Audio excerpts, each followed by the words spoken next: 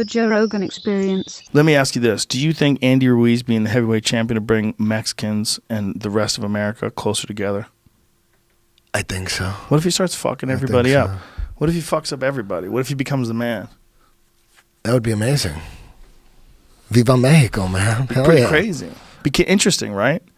Like what Joe Louis was or what Muhammad Ali was during the civil rights movement. How about that? What's his record? Has he ever 30, lost? I think he's 31-1. One loss, but it was a split decision to Joseph Parker, who's a legit world-class fighter.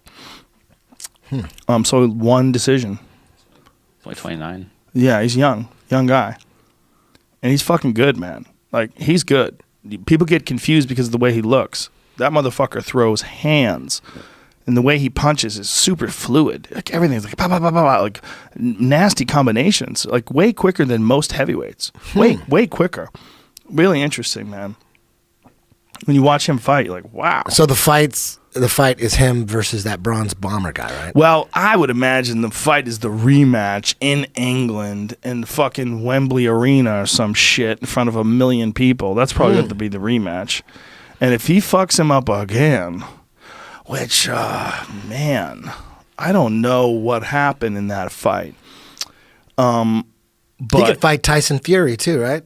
Oh, yeah, for sure. Yeah, he could fight Tyson Fury. I mean, Andy can fight Tyson Fury. Andy can fight Deontay Wilder. But the big money, I think, is in the rematch. That's probably where the big money is. And then, but the problem with that is, man, All of a sudden, that heavyweight division looks good. Right? Oh, it's great right now. This is as good as the heavyweight division's been in decades. It's Yeah. amazing right now. But the most exciting is Deontay. Because Deontay flatlines people with one shot in this crazy way. And he's just built like a giant Tommy Hearns almost like. You know, and he just got crazy power, man. His power makes me just put my hand on my head and go, what the fuck? You think Francis Ngannou could box? I know he could box. No, like with the top at the top level. No, I mean I think he could with training, but he's a little older too. You know, Francis is. How old is he? How old is Francis? I want to say he's 34. He started fairly late in life, learning how to fight in period. But he's so big and so powerful, man. What is he? 32? 32 is not He's that young. bad. That's young. That's He's pretty young. He, in my opinion, is the most dangerous one-punch guy I've ever seen. If you make any mistake with that guy, it's heavyweights just go flying across the room. Like You that. think Francis Ngannou versus Andy Ruiz would be big? Andy Ruiz is a way better boxer. So he's a way, way, way better boxer. It's a big difference. So Andy no one Ruiz wants has to see it? 100 amateur fights. People would see it, just like people want to see Floyd Mayweather versus Conor McGregor. Yeah. But it's kind of the same in the same way that you know Conor McGregor knocks people dead in the UFC, and Floyd Mayweather's the greatest boxer of all time. I mean, he's probably the most skillful defensive artist we've ever seen, and Floyd got hit a couple of times. The thing about Francis Ngannou is, I think even with big gloves, you can't let him hit you like that. If Floyd, the way Floyd got hit with that uppercut by Conor just kind of placed it there. He popped him. It was a good shot, but Floyd didn't get wobbled. He didn't get dropped. If Francis hits somebody like that, I don't give a fuck who you are.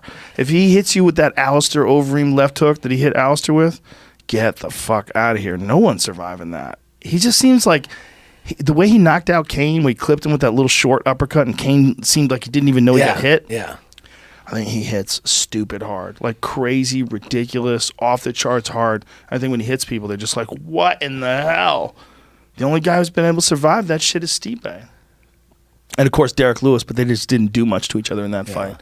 Everybody else, he touches you with that shit, and you just go flying.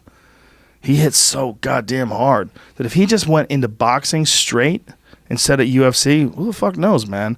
He could be the fucking heavyweight champion of the world, like legitimately.